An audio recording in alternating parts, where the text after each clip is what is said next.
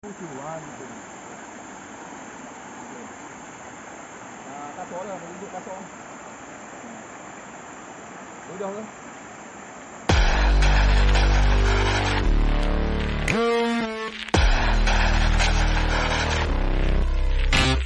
Okay, welcome back. Assalamualaikum warahmatullahi wabarakatuh. Allahumma salli ala Muhammad wa ala ali Muhammad. Okay guys, terima kasih kerana sudi lagi hadir dan mampir ke dalam channel Noah Story Mori. Untuk pada hari ini, malam ni kita nak kisahkan tentang cerita yang disampaikan oleh, orang kata cerita ni lain sikit lah. Selalu kita cerita pasal polis, so kali ni kita akan ceritakan tentang pengalaman orang awam. Maksudnya orang yang bekerja selain daripada bidang kerajaan ni lah.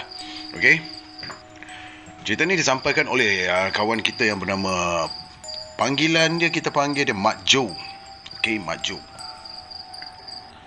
Dan Mak Jo ni dia bekerja di atas kapal ya. Jangan tanya saya berkenaan tentang kapal-kapal apa, sebab saya tak tahu sangat berkenaan kapal ni. Kapal perang ke, kapal yang saya tahu kapal industri, kapal minyak, lebih kurang macam tu lah. Okey, kita teruskan dengan kisah Mak Jo ini. Assalamualaikum bang. Waalaikumsalam. Ini pengalaman saya yang seram sewaktu berada di kapal. Kapal ni dibina pada tahun 1972. Okey, kapal ni memang lama . Okey, waktu saya nak sign on kapal kontainer tu, saya ketika tu berumur dalam 18 tahun nak ke 19 tahun macam tu. Saya sign on di Kuala Baram, Miri, Sarawak. Dan yang bestnya, kapal ni menyimpan 1001 kisah misteri.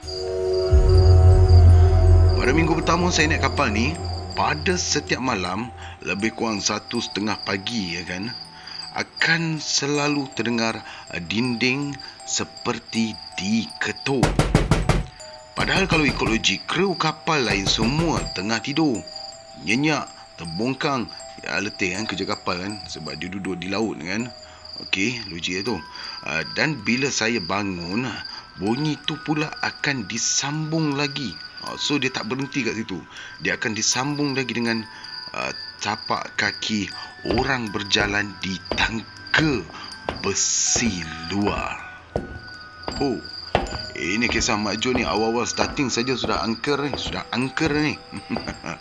Okey, bagi saya lah bagi saya menarik juga cerita ni, pasal tak ramai orang tahu sangat tentang berkenaan dengan kejadian-kejadian di kapal. Kita yakin banyak lagi peristiwa-peristiwa yang pelik-pelik sebab dia di kawasan laut kan. Okey, kita teruskan apa yang dikatakan lagi Mak Jo ni. Ketika dia bangun tu, bila dia bangun tu, bunyi tu akan bersambung dengan tapak kaki orang berjalan di tangga besi luar. Masa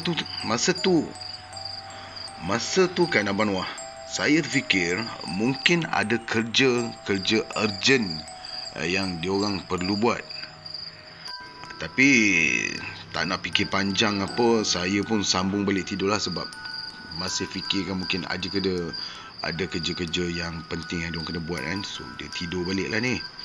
Okey, keesokan malam tu pula, waktu yang sama, saya ternampak bayang macam orang menggantung diri di penjuru bilik. Bila buka lampu, tak ada apa-apa, tetapi ada bau busuk macam darah atau bangkai yang dah lama terbiar. Saya bangun dari katil untuk cuba nak hilangkan bau busuk tu, Banwah. So masa tengah nak kemaskan bilik tidur, saya terjumpa satu bangkai biawak, di mana bangkai tu perutnya telah dibelah. Namun yang peliknya di sini, usus-usus dengan organ dalaman dia dah tak ada. Dah hilang guys. Dan biawak ni bukan jenis yang kecil, jenis yang kira besar jugalah. Okey, daripada kisah Mak Jo ni, okey, dia cerita ada biawak. Biawak tu pula, bangkai tu, usus dalam dia dah hilang. Pelik juga tu kan, pelik. Dan lagi pelik bagi orang yang tak tahu yang berkenaan dengan kapal macam abang kan. Macam saya ni, macam mana biawak tu boleh ada kat kapal? Mungkin nanti untuk next episode, kalau Mak Jo boleh huraikan lah, bagi tahukan sikit macam mana. Sebab rasa ramai nak tahu juga tu kan. Biawak dalam kapal, guys. Okey, tak apa, kita teruskan lagi. Bila dah jumpa bangkai tu, saya keluar dari bilik saya, Manwah. Saya ketuk bilik sebelah untuk nak minta tolong lah. So kru di bilik sebelah saya ni, dia orang Indonesia, dari Bandung. Puas kami kemas bilik. Tapi kisah ni tak berhenti kat situ. Okey, dah kemas apa semua, dah bersih apa semua. Mungkin bajet kata menganggap benda tu mungkin selesai setakat tu sajalah. Rupa-rupanya selepas kejadian itu, benda ni dia sambung pula dengan gelak ketawa pada setiap malam di dalam cargo hold. Okey, pada yang tak tahu cargo hold ni ialah tempat ruang simpan kontena di dalam perut kapal. Ini apa yang diterangkan oleh Mak Jo lah. Setiap malam mesti akan ada bau busuk bangkai dari cargo hold tersebut. Dan bila kami turun nak periksa, kami dikejutkan lagi dengan terjumpanya bangkai biawak yang dibelah sama macam biawak yang ada di dalam bilik saya. Selama beberapa jam, saya nak ke ruang makan untuk makan pagi. Saya turun ke engine room, cuba nak panggil kawan lah naik untuk makan sekali. Tapi bila saya jerit nama dia, ada orang yang menyahut dekat bawah. Saya turun ke bawah, tengok tak ada orang. Saya memanggil nama kawan saya lagi. Tetapi kali ini bukan di bawah lagi, tapi di belakang saya. Saya toleh ke belakang, tak ada orang. Masa ni, Banwah, bulu roma saya dah memang padu, dia punya terpacak naik. Waktu tu saya rasa sejuk sangat. Masa yang sama, terasa ada orang jentik telinga saya. Waktu tu memang fikir nak lari je. Tapi saya teringat lagi lah dengan pesan ayah, kalau kena kacau, jangan lari. Jalan, naik atas dengan tenang. Lepas naik, saya terserempak dengan kawan saya. Saya ceritalah apa yang saya dah kena tadi kan. Raut wajah kawan saya dah lain, berkerut dari dia. So, kami berpecah balik lepas makan lah. Lepas makan tu kami pun bersurai lah. Okey, ambil jalan masing-masing. Sebab masing-masing ada kerja yang kena diselesaikan sebelum pukul 12.30 hari. Pada malam hari tersebut, lepas maghrib, adalah malam yang saya takkan lupakan apa yang terjadi atas kapal tersebut. Seolah ada kru lain yang mengambil alih kerja kami pada waktu malam. Selesai solat maghrib, saya terserempak dengan seorang lelaki tua berambut panjang. Dia berpakaian macam seorang petugas engine room. Bila bertegur, dia hanya angguk kepala saja, Manwah. Dia tak angguk saja. Bila saya pusing ke belakang nak tengok lelaki tu, terkejut saya, Banwah. Badan dia umpama kena potong setengah dari kepala sampai ke kaki. Wow, macam mana nak imagine ni? Hilang badan belakang, nampak urat-urat dengan usus badan dia. Waktu tu badan saya dah jadi lemah. Saya rasa nak termuntah pun ada.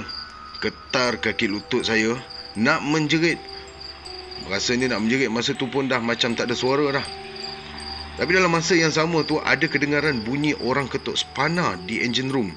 Sedangkan tak ada pun orang bekerja waktu tu. Kali ni saya saya memang menangis minta tolong. Setiap bilik saya ketuk untuk mengharapkan apa-apa bantuan lah daripada kawan-kawan. Tak ada langsung yang tertinggal, semua saya ketuk. Ada bilik hujung yang mana pintu tu terbuka. Yang sebelum ni adalah bilik cadet deck. Okey, bilik tu terbuka lah kan guys.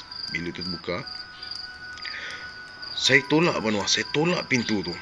Saya tolak pintu tu dengan niat nak panggil cadet tu. Tapi yang saya nampak adalah orang yang tak berkaki. Dari paras pinggang hingga ke bawah langsung tak ada. Dia macam terapung. Benda tu, Banwah, tahu tak dia tengah buat apa masa saya nampak tu? Benda tu tengah makan usus biawak. Memang waktu tu Allah je yang tahu perasaan saya. Pucat lesi habis badan saya. Saya lesu, saya lemah, saya nak termuntah, saya rasa nak pingsan. Lemah lutut nak berdiri, memang dah tak mampu. Saya nak mengucap pun tak lepas keluar daripada mulut saya. Yang saya hanya mampu dalam hati saya masa tu hanya berzikir. Masa tu saya terasa badan saya macam telah diheret oleh seseorang. Orang yang heret saya waktu tu adalah second engineer saya. Dia juga daripada Indonesia, iaitu Madura. Sambil tu dia tengah lafaz-lafazkanlah ayat Al-Quran. Rupanya saya dah pingsan rupanya masa tu. Memang antara pingsan dengan separa pingsan lah. Dan memang badan saya dah tak mampu nak bergerak langsung waktu tu. Kemudian saya dimasukkan ke dalam bilik kawan sekerja.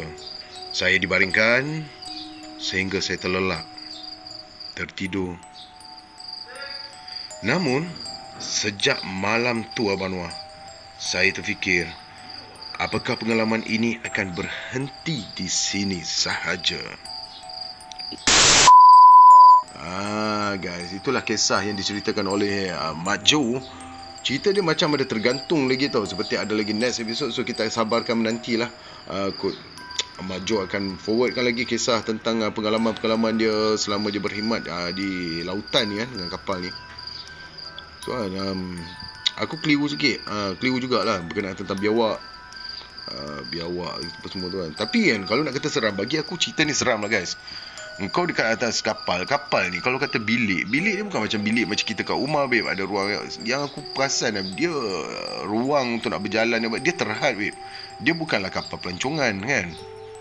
Dia kapal, aku nak cakap tu dia ni kapal minyak ke kapal apa aku tak tahu juga ni. Cerita pasal kapal aku pun bukan pandai sangat. So kalau nak ceritakan pasal seram, rasanya memang seram lah. Sebab jumpa benda sebelah tu, daripada makhluk alam sebelah tu yang kepala tak ada, kaki tak ada. So ini bukan benda main guys. Bukan benda main. Dia makan usus biawak tu. So apa motif dia tu? Nak menyakat. Tapi ni sakat bukan main-main babe. Bukan main-main. Apapun terima kasih kepada korang semua kerana sudi mendengar cerita ini daripada mula sampai habis. Kepada yang belum lagi subscribe, jangan lupa subscribe, jangan lupa like dan share. Paling penting adalah komen daripada korang. Dan kepada mana-mana mereka yang ingin menceritakan, nak menyampaikan, nak aku bacakan korang punya cerita, boleh terus email ke dalam ke email yang akan aku sharekan di description di bawah.